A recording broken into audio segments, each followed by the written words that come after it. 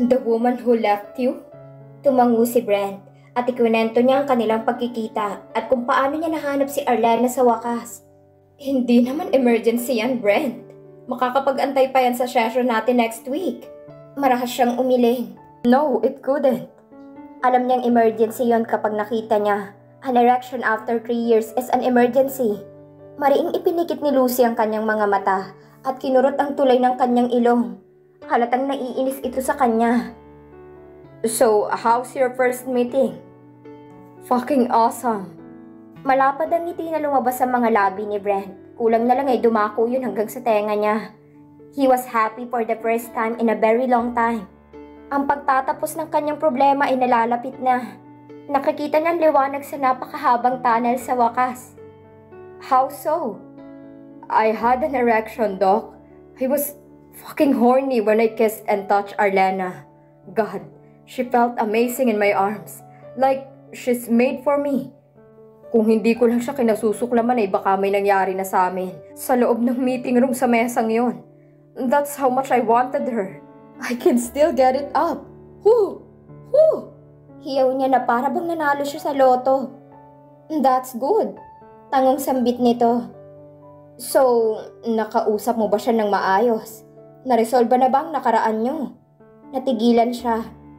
Not exactly. Kaya kailangan mo akong tulungan. Paliwanag niya kung bakit hindi kayang mabuhay ng pagkalalaki niya kay Lilian.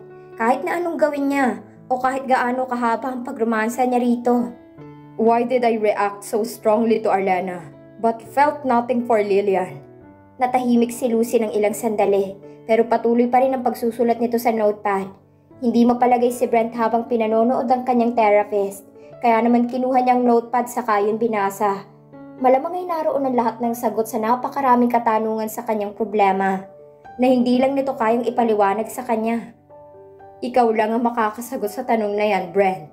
Sa wakas ay sabi ng therapist niya nang ibaba nito ang hawak na ballpen at pinagsalikop ang mga kamay. No, Lucy. Inis na inihagis ni Brent ang kamay sa hangin. Hindi siya masaya sa tugon nito. Ginawa ko ng kalahati ng dapat ay trabaho mo. Ikaw nang lumutos sa iba. That's not how this works, Brent. Nagpakawala ito ng malalim na buntong hininga at mariing umiling. Kailangan mong alamin kung bakit napakalakas ng emotion gamit lamang ang physical na reaction sa babaeng ito. At bakit hindi pwede sa ibang babae? Hindi nagustuhan ni Brent kung saan patungo ang kanilang usapan. Salubong ang kanyang kilay habang matalim ang tingin kay Lucy. Gusto mong akong gumawa ng lahat? Kung ganun ay anong trabaho mo? Bakit kita kinuha? Muling napabuntong hininga si Lucy, naiinis sa kanya. You did not hire me. At lahat ng doktor mo ay sinabing walang problema sa'yo. Your issue is psychological and Arlena is the trigger. Only you can do the work. Paano ko gagawin yun? Tanong niya. Payag siya sa kahit na anong suhestyon. Ngayon na alam niyang hindi sira ang pagkalalaki niya, gagawin niya ang lahat. How do I figure it out? Subukan mong makasama siya ng ilang linggo. Tumingin ito sa relong pambisik. Malamang ay ang libre niyang 30 minuto ang malapit ng matapos. I can't, sabi niya. Hinihiling na sana ay mabawi niya ang kanilang pag-aaway. Ang masasakit na salita na binitiwan niya kay Arlena at hindi niya alam kung gugustuhin pa ba nito na humarap sa kanya. Ang singsing nito sa daliri ang siyang dahilang tumulak sa kanya sa bangin upang sabihin ang hindi dapat masabi, dahilan para masaktan ito. Dahil lang sa kagustuhan niyang makita ito sa hindi kaaya-ayang kalagayan. Why can't you? May mga nasabi ako na hindi ko dapat nasabi. Pag-aamin niya. Saka kasal na si Arlena at may 2 anak. Sa tingin ko ay ang mga anak ni Arlena ay hindi anak ng asawa niya. Isang walang silbing lalaking umiwan sa kanya at sa mga anak niya dahil sinabi niyang walang amang 2. What kind of an idiot who doesn't take care of his kids? Anyway, Doc, her life is very complicated. Pero hinalikan at niyapos mo pa rin siya. I'm sensing a lot of judgment right now. Brent crossed his arms defensively. And you always say this is a no judgment zone. Saka, di ba ikaw naman na nagsabi na hanapin ko siya? That's before I knew she was married and had kids. Ikaw ang nagsabi na siya lang ang makakaayos sa akin. Umiling si Lucy. Halatang nauubusan na ng mga sagot sa kanyang katanungan. Your time is up. We have to cut this short. See you next session. Iniwan siya ni Lucy upang tingnan kung may tao sa reception area. Nang masiguro nitong wala ay tinawag siya nito. Subukan mong makasama siya na walang intimate contact. Just talk to her, heart to heart. Maybe that way you can be fixed. Arlena may be the key. At kailangan mo ring tingnan kung ano bang meron sa gabing yun at sa kanya na sumira sa'yo. I'll see you at the same time, next week. Seryosong sabi niya rito. At aasahan ko na magagawa mo ng maayos ang trabaho mo. Kailangan mo akong tulungan, Lucy. Just leave, Mr. Tucson. Inis na anito saka siya itinulak palabas ng opisina nito. Naging malapad ang ngiti ni Zane nang makita siya nito. Kasama nito ang kambal nitong si Scott at Sean sa playhouse nang makarating siya sa malapalasyong bahay ng kuya niya. Kasama niya si Brenda na kalong-kalong si Celine, habang siya naman ay kalong si Artemis. Nang makita ni Celine ang mga pinsan nito ay nagtitili itong kumakawala kay Brenda, na kaagad namang umupo upang ibaba ang kanyang anak. Si Artemis naman ay nanatili lamang sa kanyang bisig at hindi nasisiyahan sa kanilang pinuntahan. Hey sis, long time no see. Malalaki ang hakbang na ginawad nito palapit sa kanila at hinalikan siya nito sa noo. Yakap naman ang iginanti niya sa kapatid. Si Brenda nga pala, nani ng mga anak ko. At dahil Maginoo ang kuya niya ay nakipagkamay ito kay Brenda at walang sabi-sabing tinaasan ng sahod nito kung sakali mang mananatili si Brenda bilang tagapag-alaga ng kanyang mga anak. Sana ay alalayan mong kapatid ko. She's very stubborn and likes to be independent. At dahil maliit pa ang kanyang mga anak ay alam kong mahirap para sa kanyang alagaan silang ng mag-isa. Umingos siya. Speak yourself. Believe me, I am trying to get back to her. She's just being stubborn like you. Kung hindi mo lang kasi binigyan ng sandamakmak na kontrata, baka mapabalik mo pa. Ano yan ang ikwento nito noon na nangyari sa ina ng kambal nito. You could have just let her be with her twins. Why such absurd conditions? Believe me, it's more than that. Hindi na nito ipinagpatuloy pang sinabi, saka nagtungo sa kusina. Ibinaba niya si Artemis nang nagpupumiglas na ito sa kanya. Pinanood niyang maglakad ang kanyang anak patungo sa palaruan ng mga pinsan at sinalubong naman ito ni Sean. Sean and Scott are a year older than her twins. But sometimes she felt like Artemis is older than Sean because of his personality. Si Brenda sa mga bata at nakipaglaro rin sa mga ito. Mukhang nagustuhan ni Sean ang kanyang nani dahil kaagad nitong umupo sa hita nang umupo si Brenda. Nang bumalik si Zane ay may dala na itong juice at sandwich. May cookies na nasa isang container na alam niyang para sa mga anak nito at 2 bowl ng cereal para sa kanyang anak. Alam ni Zane na allergic ang mga anak sa chocolate at sa kahit na anong peanut. House job hunting. Nagkibit balikat lang siya. Wala siyang maisagot dahil ayaw niyang pag-usapan na nangyari sa kanya. Do you need my help? Actually, nandito ako para humiram ng pera sa'yo. Nakagat niya ang kanyang ibabang labi. Nahihiya dahil sa kawalan niya ng kakayahang tumayo para sa sarili. Minsan ay hindi niya maiwasang mainggit sa kuya niya na may magandang buhay. Sino nga bang hindi maiinggit sa kuya niya na anak lang naman ng mayamang pamilya na kilala? Hindi lang sa Pilipinas, kundi sa iba't ibang panig ng mundo. Kung makapal lang ang kanyang mukha ay malamang lahat ng ibibigay sa kanya ni Kuya Zenya ay tatanggapin niya. Siguro ay maayos rin ang buhay niya ngayon. Anything. May kislap ang mga mata ni Zane nang sabihin niya yon. You know that you can count on me, right? Tumango siya. I owe you a lot. You don't owe me anything. We're sibling and we help each other. Kuya mo ko kaya responsibilidad ko ang mga anak mo at ikaw. Thank you. Kapatid mo ko, hindi mo ko kailangang pasalamatan. Anito saka tumayo at lumapit sa mga anak at muling nakipaglaro. Siya naman ay naiwan na pinanonood lang ang mga ito. Nasa ganoong sitwasyon siya nang tumunog ang kanyang cellphone. It was a private number. And despite common sense telling her not to, because whoever was on the other end was only calling her to sell her insurance or other service she couldn't afford, she answered her phone. Arlena, it's Mrs. Romero. Do you have time today for a quick chat? Oo, marami siyang oras ngayon na wala siyang trabaho. Pero mas gugustuhin niyang iwasan ng mga mag-uugnay sa kanya kay Brent. Kahit pa mas mabilis na pag-uusap lamang. Halos hindi siya makatulog ng gabing yon dahil hindi mawala sa isip niyang masasakit na salitang binitawan ni Brent. Nakatulog lamang siya, 3:00 ng madaling araw, ngunit sa panaginip ay naroon pa rin si Brent. Kaya naman ang kausapin ng mga taong malapit kay Brent, lalo na pagkatapos ng kanilang madugong digmaan, ay magbibigay sa kanya ng napakalaking pagkabalisa. Hello? Mrs. Romero sounded unsure and desperate, very different from the disapproving woman who'd worn permanently annoyed scowl on her face throughout Arlena's interview and orientation. Kung tatanungin mo ko tungkol sa kontrata, huwag kang mag-alala, Mrs. Romero, dahil napunit ko na.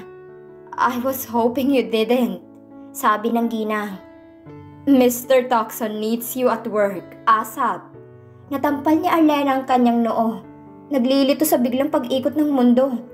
Hindi naniniwala sa sinasabi ng ginang sa kabilang linya. Sigurado siyang isa sa kanilang nababaliw na at nasisiguro niyang hindi siya yun.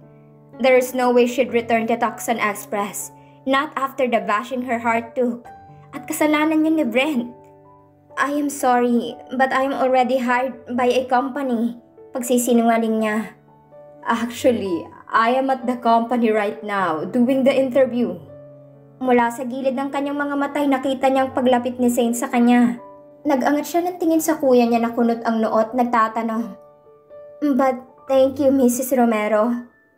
Miss Gwen Camino. I can't work with him. Not now, not ever. She cut her off. Hindi na niya ito hinintay pang magsalita at ibinaba na niya ang tawag. Nag-angat siya ng tingin sa kanyang kuya na may nagtatanong na tingin sa kanya. It was a failed job interview. Sagot lang niya. Him? Who's him? It's nothing. Iniwas niyang tingin sa kapatid. Saka mabilis na tumayo at naglakad palapit sa mga bata. Nagdarasal na sana hindi na siya tanungin pa ng kuya niya. Kailan mo kailangan ng pera? Tanong ng kuya niya nang sumunod ito sa kanya. Ngayon sana, gagamitin ko sa grocery. Tamang-tama, I was planning to go out and buy some stuff. Let's do it together. Tinawag nito ang mga tagapag-alaga ng kambal nito. Kayo na ang bahala sa dalawa. Eto nga pala si Brenda. Alalayan niyo siya. At kung may kailangan siya, ibigay niyo yun sa kanya. Yes, sir. Let's go. Mahina siyang natawa sa kabinalingan ng dalawa niyang anak na abala sa paglalaro.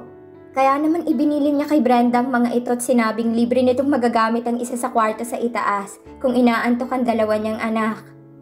Kaya ko na. Nakangiting nito at siya naman ay ginantihan ito ng ngiti. Tumayo siya at sumunod sa kuya niya sa garahe nito. At kahit ilang beses na niyang nakita ang laman ng garahe, hindi pa rin siya nasanay sa mga magagarang sasakyan na naroon. Hindi pa rin niya maiwasang mamangha. You can have the hammer if you want. It's brand new. Turo nito sa kulay pulang hammer. Saka nito iyon binuksan. We will test it. See if it's working properly. Natatawang umiling na lang siya. Saka siya sumakay sa passenger seat. Sa loob ay amoy bago pa ang sasakyan. Wala pang lamat na nagamit ito. Do you like it? Tanong ng kuya niya. Yes, but I can't own it.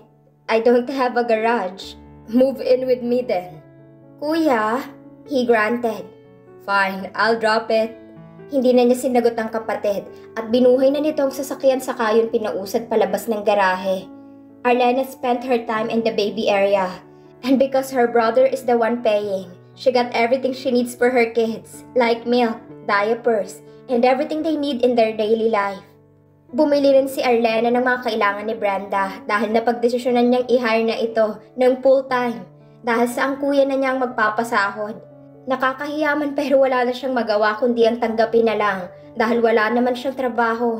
She moved along and mindlessly stopped with stuff she knew was good for her and the twins. Lulubusin na niya hanggat mabait pa ang kuya niya. Pagkatapos ng mahaba-haba niyang pamimili, ay pumila na siya sa napakahabang pila. Lumapit sa kanya ang kuya niya na may dalang basket. Kumunot ang kanyang noo nang makita na wala itong laman, maliban sa 2 cornetto ice cream na ibinigay nito sa kanya. Habang siya'y may 2 trolley na tulak-tulak. Anong binili mo? Nagkibit-balikat ang kapatid at doon niya napagtantong nagsinungaling ito para lang samahan siyang mamili. Pagkatapos ng higit kalahating oras na paghihintay nila sa pila, ay nakarating rin sila sa cashier.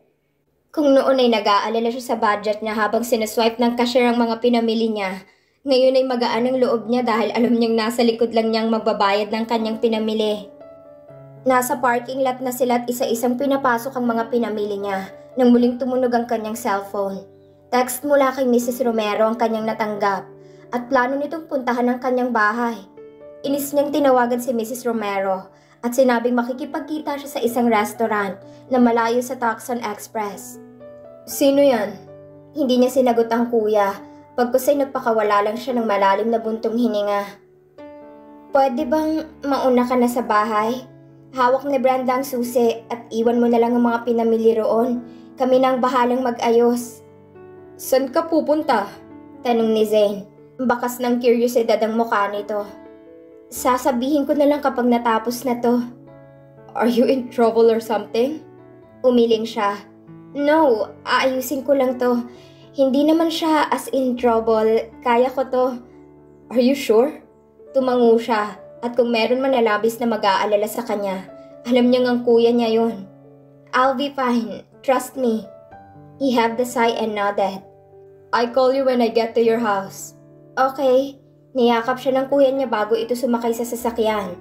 Pinanood niyang umusad ang sasakyan at mawala sa kanyang paningin bago siya tumungo sa napag-usapang restaurant.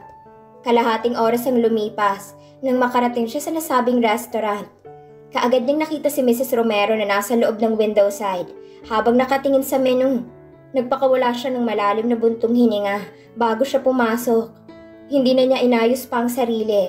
Kahit na nakasuot lang siya ng simpleng t-shirt at short pants at rubber shoes ay wala siyang pakialam. Hindi na mahalaga sa kanyang impresyon ng matanda dahil wala na naman siyang planong makatrabaho ito. Kumaway ito nang makita siya. Naglakad siya palapit sa matanda at umupo sa harap nito sa kabilang panig ng mesa. Pwede na ba nating simulan? Kailangan ko kasing bumalik sa mga anak ko. Sabi niya at hindi mapalagay sa uri ng tingin sa kanya ng Gina. Of course, but would you like something to drink or eat perhaps? Tanong nito. Umiling si Arlena. Wala siyang balak na magtagal pa roon. Iniisip niya ang mga karneng masisira kung sakaling iwan lang ng kuya niyang mga yun sa bahay. Hindi pwedeng gawin yun ni Brenda dahil nakatuon ito sa kanyang mga anak. Bakit mo ako pinatawag? Tanong niya. Mr. Tucson feels terrible about yesterday, sabi ni Mrs. Romero dahil para maibigay niya ang kanyang atensyon sa Gina. Which part? Tanong niya. Sa kanya idinantay ang kanyang baba sa kanyang kamay. Mrs. Romero scratched her chin, clearly taken aback by her question. Which part does Mr. Tucson feel terrible? Because there was a lot he said and did that was uncalled for. I'm sorry, sabi nito na hindi pinuputol ang tingin sa kanya. Bakit ikaw ang humihingi ng tawad? Ikaw ba nagsabi sa akin ng masasakit na salita? Wala ka namang ginagawang masama. You're right, but he hasn't been the same since you vanished 3 years ago. Tugon ni Mrs. Romero. Saka nito kinuha ang kanyang mga kamay. I am telling you this in confidence. Hindi ng pamilya niya o mga katrabaho niya ang nakakaalam ng kung anong pinagdadaanan ni Mr. Tucson sa napaka-obvious na dahilan. Kaya naman kung ano man ang sasabihin ko sa'yo ngayon, umaasa akong hindi makakalabas sa iba. Nagkibit balikat lang si Arlena. Tumatangging magbigay ng awa sa lalaki sa kung ano mang pinagdaraanan nito. Dinurog nito ang kanyang puso. Nagbitaw ng masasakit na salita at walang pakialam kung makakasakit ito sa kanya. Kung isa siyang malaking sekreto, ay walang dahilan para malaman ko.